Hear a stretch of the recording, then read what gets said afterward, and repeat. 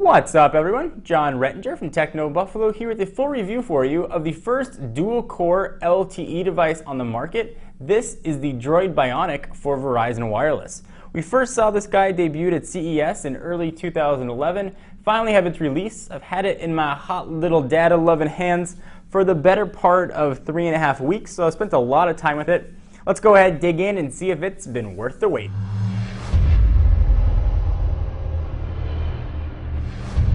Alright, so before I jump into all kinds of other goodness about the phone, let's talk about call quality. If it's not going to make good phone calls for you, there's not much of a point behind having this. As with most Verizon devices I've tested, call quality was outstanding. This handled the LTE to 3G transition better than any of the other 4G LTE devices I've tested, including the Charge and the Thunderbolt. So no problems at all when it comes to voice quality. Motorola has really done a nice job with this phone. In my 20-call test, I had 0 dropped calls, including areas where I generally get dropped calls for Verizon Wireless. I was able to maintain a pretty strong 4G signal of about 2 bars most places that I went, and I did travel out of the 4G area to see how it worked. I used this phone as my daily driver for 3 odd weeks. And it really worked well, and I was very happy with the phone's performance. So no worries there. Speakerphone is pretty average. It's loud enough. If you rely on speakerphone in your car, though, you're definitely going to want to invest in a Bluetooth headset or Bluetooth speaker. All right, so enough of that. Let's go ahead and start with the hardware, because there's a lot of stuff to talk about the hardware packed into this guy. So let's go ahead and get started with the design, and then we'll run through all the specs. It's got sort of that familiar shape we've been seeing with a lot of Motorola's phones. The Droid X and the Droid X2. Sort of this teardrop, fat in the top, skinny down below, or reversed type setup. So on the thickest point, it's 13.3 millimeters. On the thinnest, it's 11.3 millimeters. The screen itself is very similar to the screen that we saw on the Droid X2, QHD, 4.3 inches. That's going to give you a resolution of 540 by 960, and of course that's always measured diagonal. Capacitive touchscreen, all the stuff you would expect. 4G LTE speeds, a little bit over a gig of RAM actually. On the back, we've got, living on the hump, we have an 8 megapixel camera with LED flash that can shoot 1080p video. We'll talk about the video quality in just a moment as well. It's got a VGA front-facing camera and that dual-core processor, the Texas Instruments built one, with 1 gigahertz on each core. Interestingly, Motorola went away from the Tegra 2 that used in previous dual-core devices for the Texas Instruments processor in this one. All right, so let's go ahead and see what else we're going to have around the phone. On the left-hand side, it's where your charging port's going to live. HDMI out. I'm not going to go over that. It's HDMI out. It's a mini HDMI. On the top of the device, on the left-hand side is where your power and lock button is going to be. I prefer it on the right, but that's just a taste thing. 3.5 millimeter jack on the right. Volume rocker up and down, very well pronounced, easy to use. Speaker on the top. You've got some indicators here as well for proximity sensors. There's the VGA camera on the front. And the back is sort of dubbed in the soft touch finish. It's got a pretty good feel in the hand, actually. Underneath this cover is a monumentally giant 1700 milliamp hour battery. That's a 10% increase over the Charge and a 15% increase over the Thunderbolt. One of my big knocks on LTE phones and battery life has been atrocious.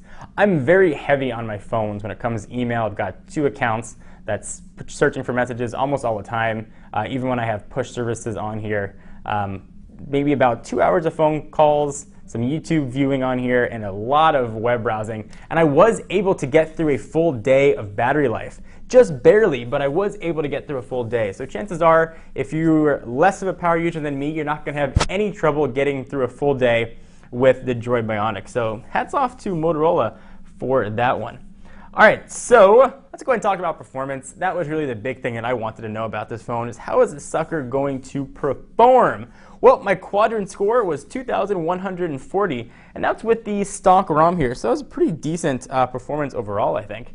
Certainly, if you decide you want to get in there and tinker, you could probably eke out some better scores, but 2140 was very, very nice. And certainly Quadrant's not the only benchmarking test you can do, but it's constant in all my Android tests. I always use Quadrant, so you can check out other scores there as well.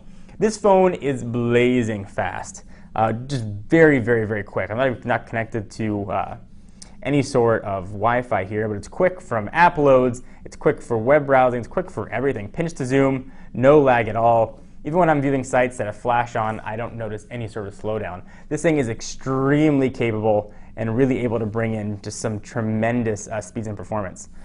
Even with applications open, it's got plenty of RAM. You can use 16 gigs of built-in storage, expandable with micro SD. About half of that's going to be available for your applications. The other half is, system stuff that gets taken up. You can see how quick a simple page load was here.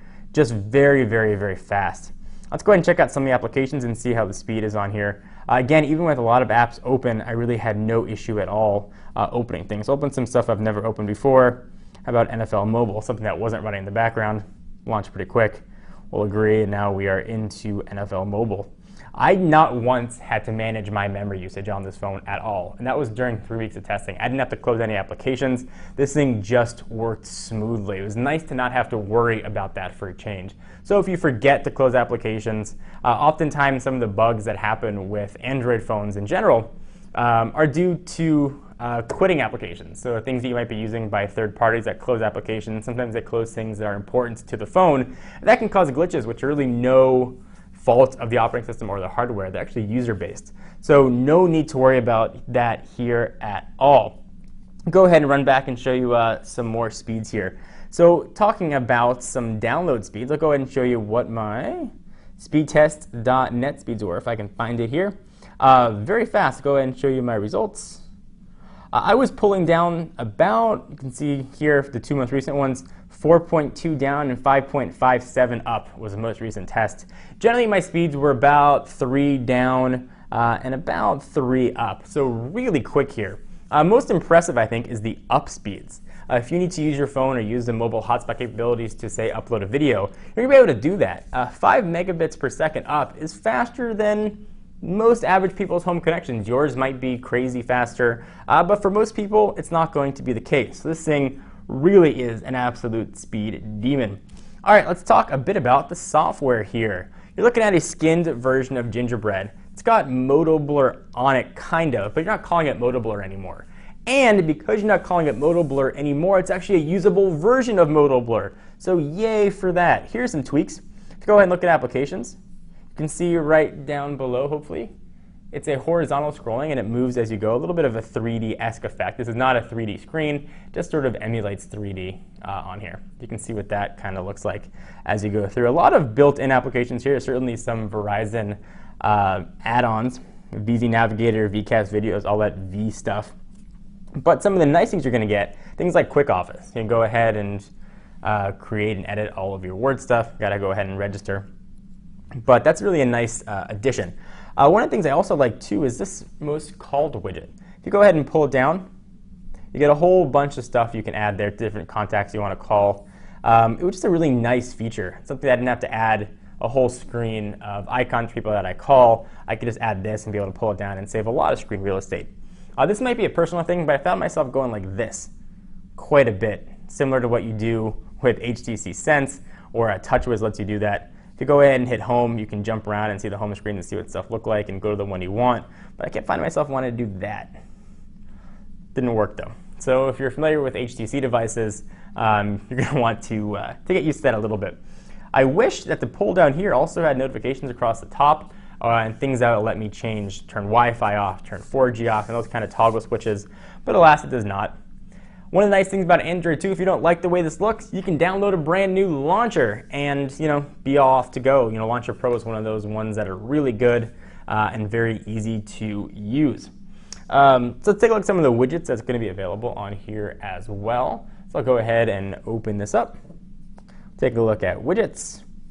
And some are standard Android, some are Motorola. Go ahead and let you see what it is. Citrix for some remote office stuff.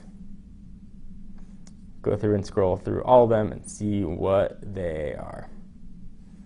So there are little widgets like Wi-Fi toggle that you can add, but I got used to sort of having them up here. Certainly there are tweaks though that you can do to give you those options as well. So let's run through the hardware again just very quickly.